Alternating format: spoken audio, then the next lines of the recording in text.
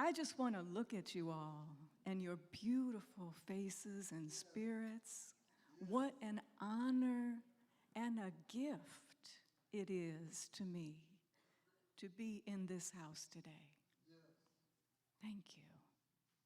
I want to thank Reverend Derica and Reverend Arlene for entrusting me with this pulpit, because as she said, that is not a casual thing for a pastor to do, and I don't take it lightly. And our beloved Pastor Emerita, Reverend Dr. Eloise Oliver,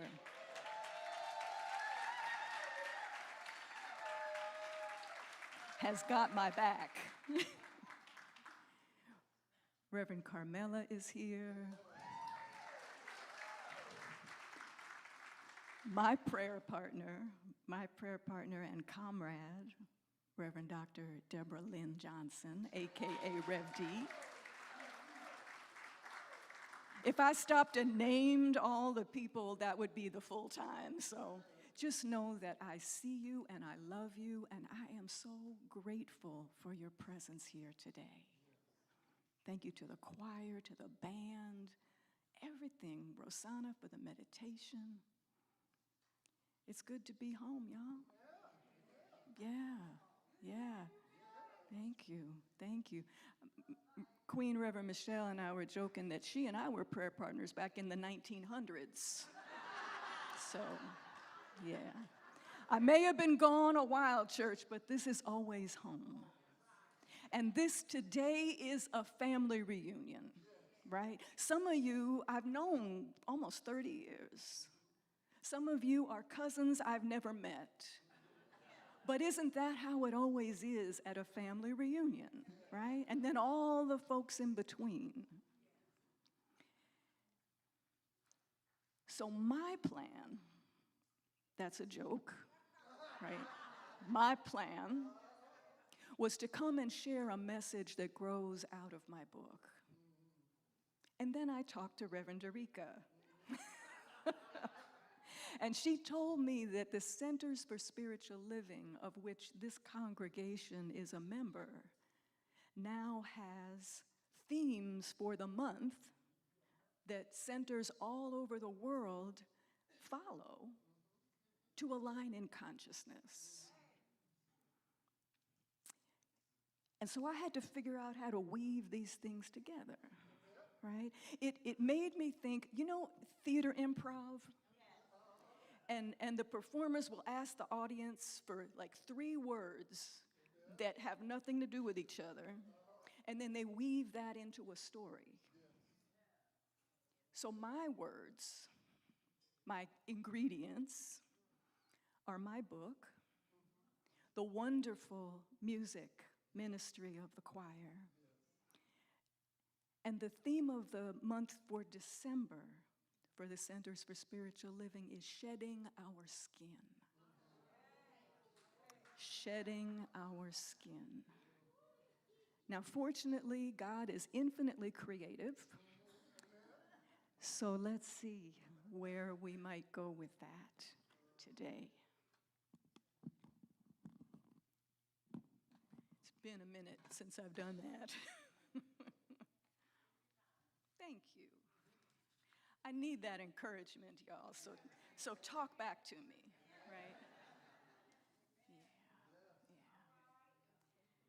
So church, the context for my book is the times that we are in now, right? Times of devastating ecological, social, and political upheaval. Y'all, this is not a casual time for an earthly sojourn. Right? This is not an accidental time to be present on the planet.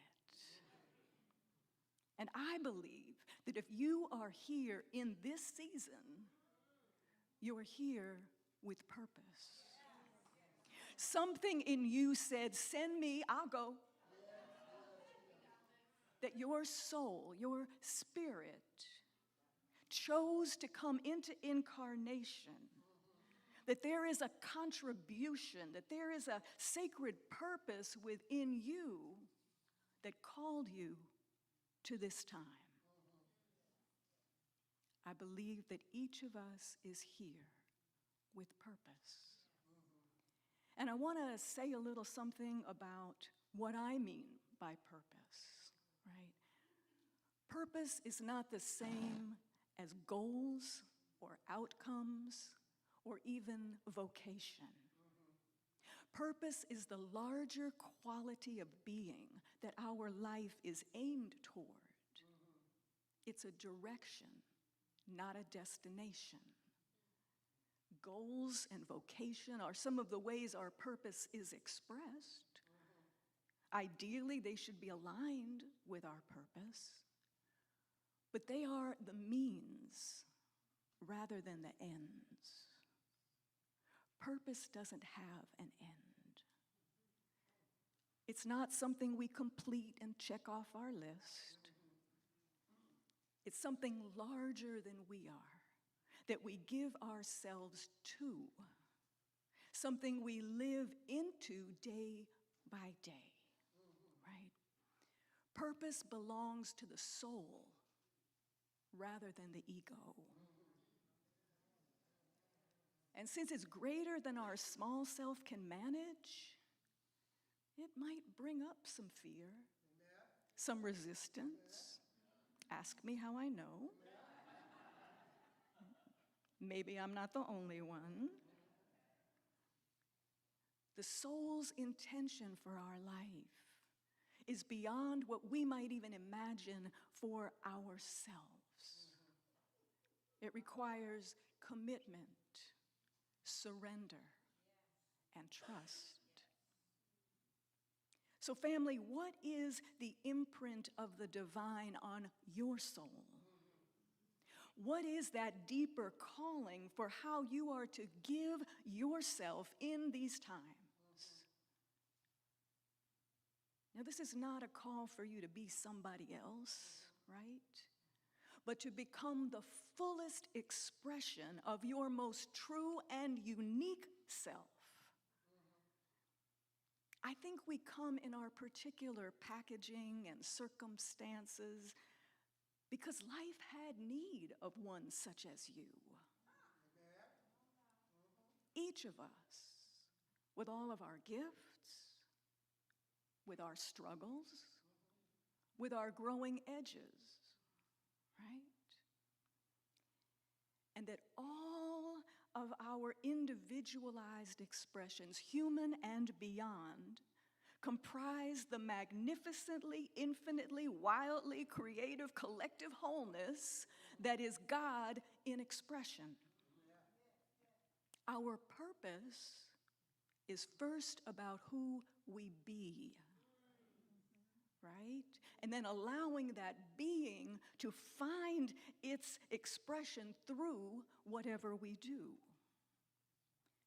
To turn for a moment to the language that I use in the book, that each of us carries medicine for these times.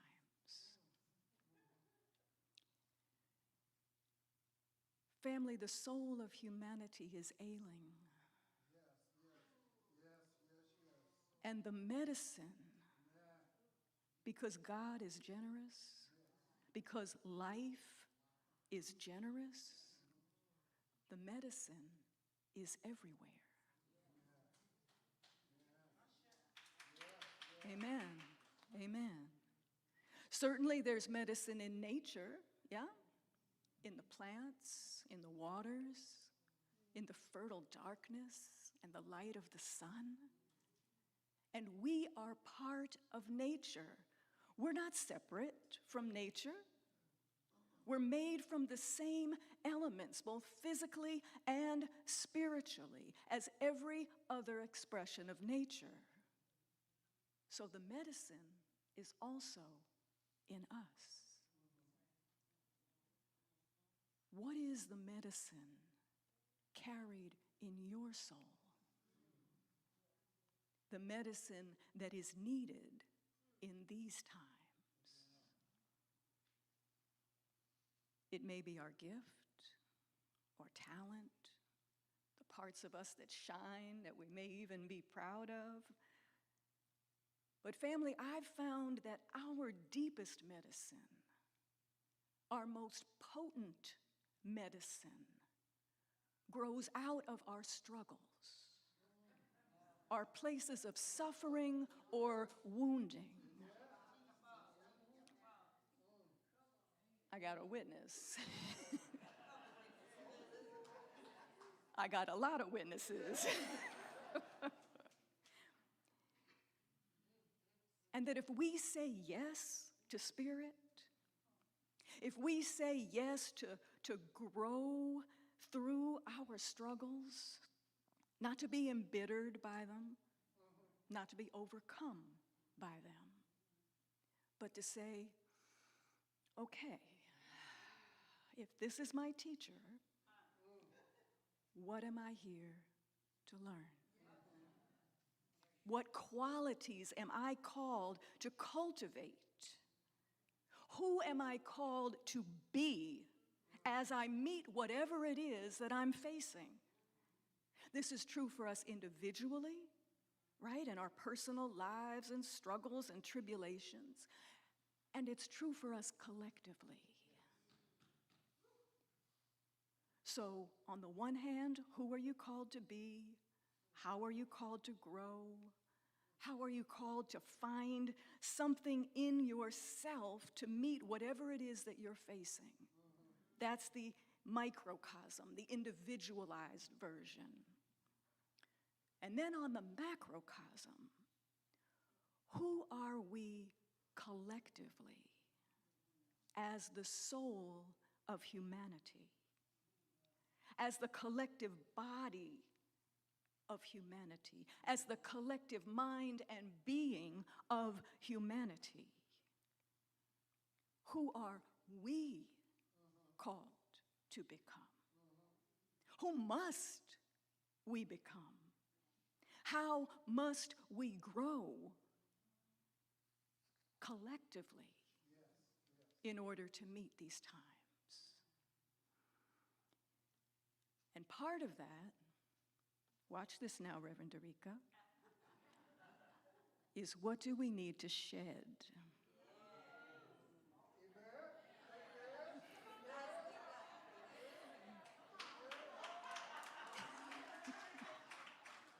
We're playing the improv game. But you know, so listen, I have my text, but then I gotta tell you, when I first got that laid on me, I was like, uh-oh. But now this is my favorite part of the message. So we can look to the snake as our teacher. Because the snake may be going along just fine until they start to outgrow their skin, expand beyond who they were and what they had been. Something calls them to become a larger space than what they have been in the past. And the skin that had served them, that beautiful skin, it protected them. It was their manner of being in the world, becomes too small. Reverend E agrees. My amen corner in the back nine.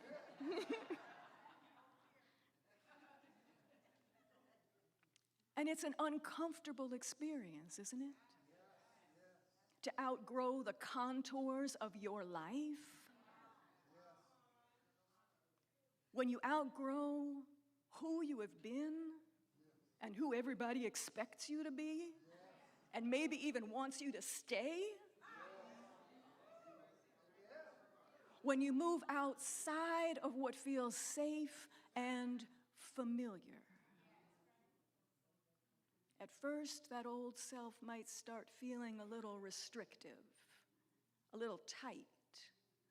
Like when your favorite dress or suit or pair of jeans doesn't fit you like it did anymore.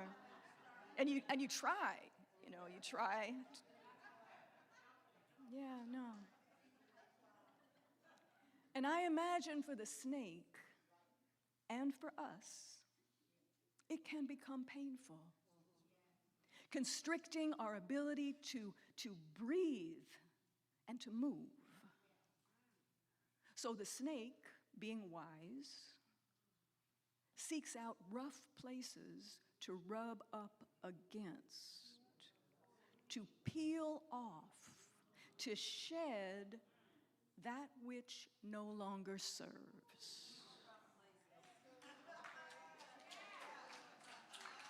You already know where I'm going. So family, sometimes the rough places in our own life are there to help us get free from that which no longer serves. To shed what we have been so that who we are becoming might expand.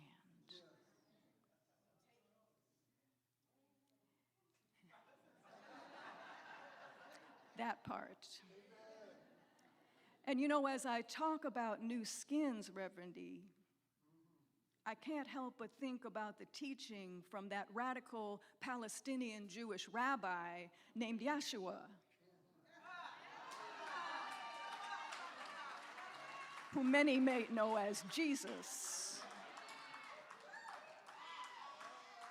In the Gospel of Matthew, chapter 9 and verse 17, he said, you can't pour new wine into old skins. Because you can't put the effervescent freshness of the emergent power of the divine in that small container of who you thought you were. It will not be contained. See, in Jesus' time, wine was not stored in bottles. It was carried in skins, animal skins. And new skins are fresh and supple. They will expand in the effervescence of the fermentation process. They can accommodate that, right?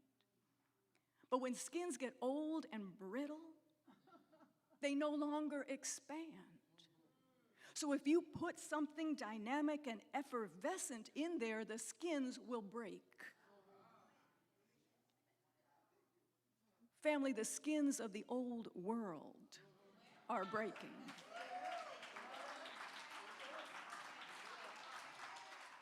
And by an old world, I mean the constructs of colonialism, patriarchy, capitalism, racism, othering, militarism, supremacy. Those are some old skins.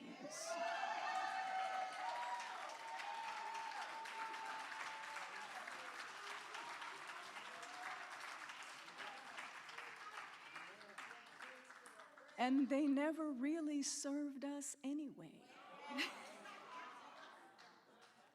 But at this point, church, their season is coming to an end.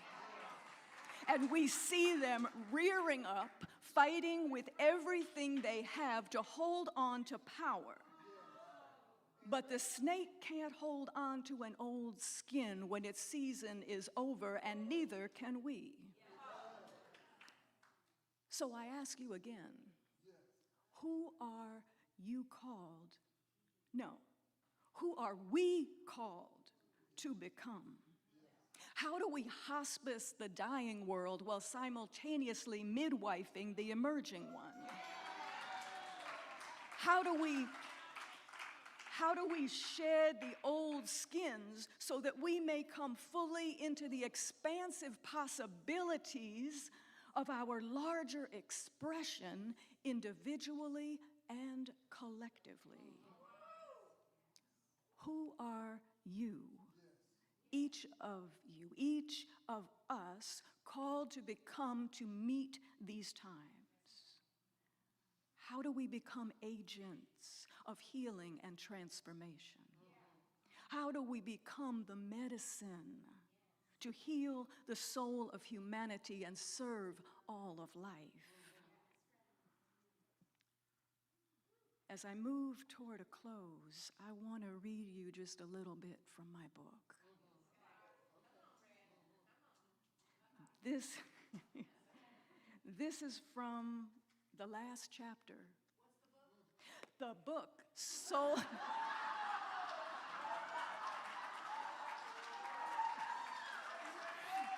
Y'all don't have to ask me twice.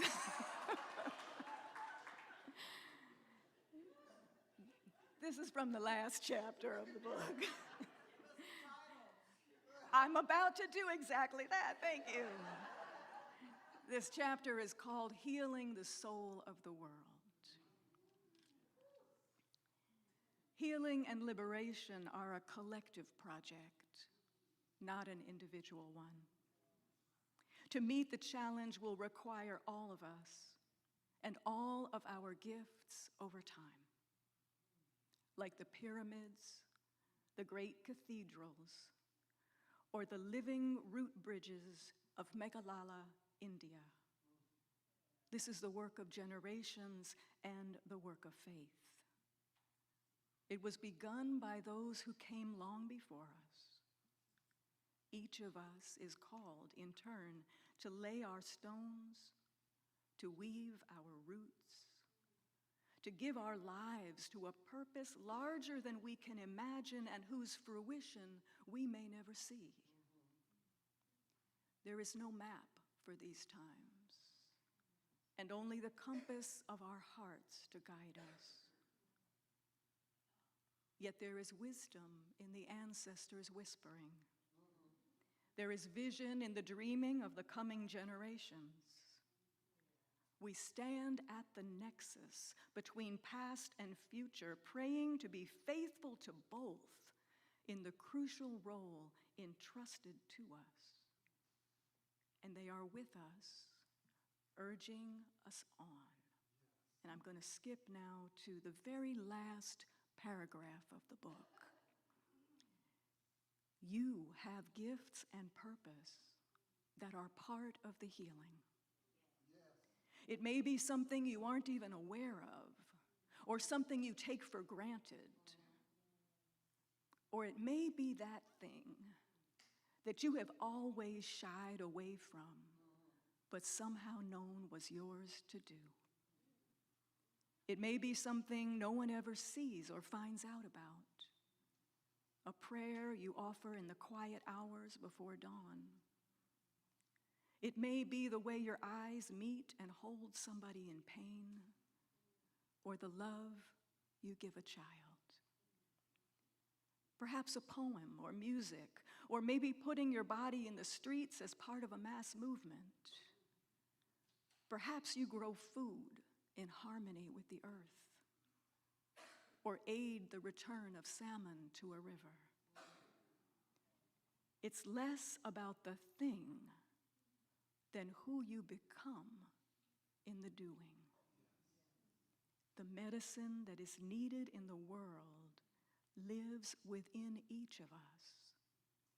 We must go deep enough to find it and bring it forth as our offering to these times.